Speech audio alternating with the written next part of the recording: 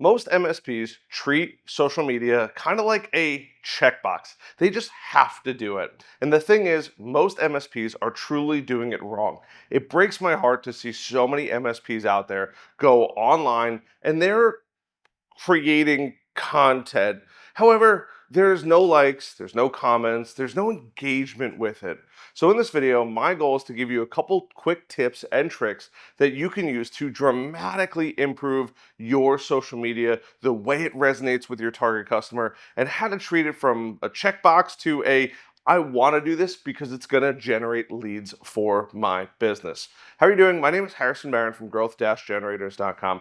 We help MSPs grow, whether that's teaching you how to sell your services or teaching you how to generate a ton of new leads into your business. And some new services are coming, so if you'd like to learn more, head over to growth-generators.com. There's also going to be a link down below. And while you're there, head over to our resources page at growth-generators.com/resources. There's objection cheat sheets, there's sales cheat sheets, there's number cheat sheets, there's onboarding cheat sheets. There's so many free tools that we provide to help you as the MSP grow faster and build the business that you want. So let's talk about some tips and tricks to help your social media grow tremendously faster. Number one, stop posting like an engineer. I get it. You probably came from either technical background, maybe a network engineer, whatever it is that you came from. You have to start changing. Unfortunately, but it's for the better. You have to start changing the way you post. Instead of thinking about the technical aspects of it, your customers don't speak the same jargon that you do. I hate to break it to you. They're not your peers. They're your prospects. They're your target customers. So you have to start treating the social media content that you make like that in order for it to actually resonate. Instead of saying we deploy MFA, right? Multi-factor authentication. You want to start saying things like we save the client by turning on multi-factor authentication or MFA, or just put up guards or barriers to prevent hackers from even being able to get into their accounts and preventing that potential loss. And that's how we impact our customers. That goes and changes the dynamic tremendously, being a huge value to people actually reading it versus what's MFA? I wouldn't even use that. But some people do know it now because of Netflix and all these other platforms requiring the regular person to set up some kind of multi-factor or dual-factor authentication. So there is a little bit of gray area there. But instead of saying we set it up, how about the impact that it actually provides to our customers? I know that sounds kind of crazy, but I promise you it works like gangbusters. Your target customer doesn't care that you set it up. All of your peers do also. They care about the impact that it's going to have on them and their business. And once they see that, it's much more likely that they're going to reach out to you. Two, use some kind of posting framework. Tuesdays, why not Tech Tip Tuesdays? It rolls off the tongue. Or Tech Tip Thursdays. It's super easy. But you have to come up with some kind of schedule to post and post regularly. It doesn't have to be 7 days a week. I post only 5, maybe 4 days a week. But posting helps, and you have to do it regularly. Tech Tip Tuesdays, Wednesday workshops. I don't know, maybe it's a Loom video or a video like this that you create on how to make sure that your computer runs better, right? And it could be something as simple as getting a can of air and blowing out a computer. But it shows that you're a real person, and it's not just mass manufactured content that not only can they find probably anywhere, but it doesn't feel like it's the person they know, the person that they can connect with. And that's a really big difference. It's super simple. Come up with something catchy on Thursdays. Maybe a acknowledgement on a Friday of a great employee or something like that. That's a huge way to boost morale or show a behind the scenes picture on Fridays of not stock imagery that you can get anywhere, but real things that are happening, whether that's in the office, in the field, in the trucks as people are traveling around, wherever it may be. Heck, maybe it's even your sales team at an event. Those are the things that really, really matter, and they resonate with your prospects. Number 3, you have to grab attention with the first line. Some of you that have seen the behind the scenes of the YouTube know that I A/B test everything. But the first thing that I do is try to come up with the catchiest title and the catchiest thumbnail I can, and then I test it to see if I can get it even better. You have to come up with something crazy that catches attention. We almost lost, or our client almost got hacked. Here's what happened, right? Now, you don't want to scare anybody, but you do want to show that you're the good guy and how things almost went off the rails. Because as we all know, in most cases, it's not going to be it's going to be an employee that just doesn't know that they shouldn't bring in any random old flash drive or laptop and connect it to the private network. These are important things to fully understand and things that you have to make sure that you tell your client. There's a ton of other ones, right? This one change helps stop 90% of ransomware. And if you guess multi-factor authentication, I don't know what the exact statistics are, but it helps tremendously, right? It's not a matter of if, it's a matter of when somebody's going to get hacked. And that's a great title too. But these are great ways to give somebody something that they could say, hmm, that's pretty interesting.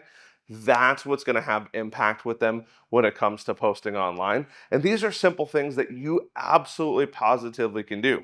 Come up with something super catchy. It takes a while to learn and get that over, get that idea.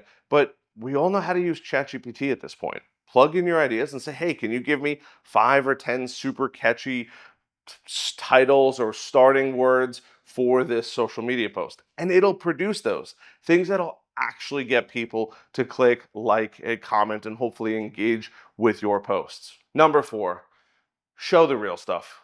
We do some of the coolest stuff. We find it cool. That's probably why we ended up in this field anyway. But our customers also find it cool. Trust me, there's not too many people that are excited to just walk into a dentist's office and say, that's a really cool drill that you have there. Most people don't do that. But they do use computers regularly. They do like to see how Wi-Fi gets set up, or the switches get set up, maybe how a server room is configured. They like to look at it. Why? Because it's always clean, it's shiny, they always make it in some way to be visually appealing, and you, with your special touch, can make it amazing. But post the real stuff. This is real. I'm out at the Outer Banks on a family vacation. I was like, I want to make a video for my people. So I set up originally outside, but now I'm here looking over the highway here in our Airbnb because I want to make content. It's real stuff. I'm a real person. I do real things on top of make videos on YouTube. That just happens to be one of my favorite things that I actually do. But you do a bunch of cool stuff. Computer installs, if you're allowed to take a picture, server installs or server setups or network closet reworks. And if you're working on something super cool behind the scenes, custom built computer, maybe a Make-A-Wish project, whatever it is, those are fantastic ways that you can have a massive impact on people on social media. And just because you think it's boring or I've done this 1,000 times, your prospect hasn't. And that's the major difference between all of it. Number 5, every single thing that you post should do something. Now, what that something is totally up to you. But those things should be created to do something, right? That could be downloading a worksheet on your website. That could be driving traffic back to a blog. It could be something as simple as getting people to like, comment, or engage. It shouldn't be your 10 or 15 or 20-year anniversary that people are saying, congratulations. I'm sorry. What it should be is content that people actually want to see. It should be great content that people read and go, that's super interesting. Or I had a friend get hacked. Or, oh, I thank you for the reminder. I needed to turn on multi-factor two-step authentication or whatever it is, right? Or, hey, I didn't even know that about the software I use. Thanks for making the video for me. Whatever it is. But you can get so far with content that drives engagement. And either that's getting people to learn more about you and what you do, that's getting people to comment and like and engage with the post to get it to reach more people, or that's to drive traffic back to your website and generate leads. But there is an astronomical amount of posts that I see on social media with no calls to action.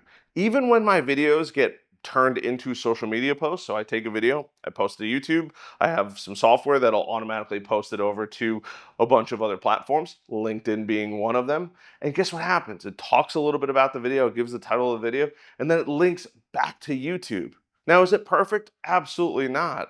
No matter what you do and how you do it, just remember that your posts absolutely need to drive traffic somewhere, whether that's content engagements, that could be something as simple as just getting more people to back to your website.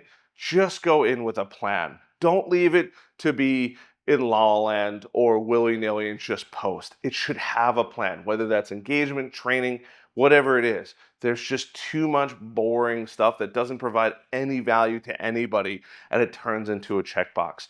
I hope that you found value in this video. I appreciate all of you guys for continuously watching my videos and enjoying your summertime. I am headed home today on vacation. I'm going to post some B-roll here at the end of some drone photography and videos that I did. But hey, thank you so much. As always, I completely unplugged for a couple days. I love you guys, and I'll see you guys in the next one.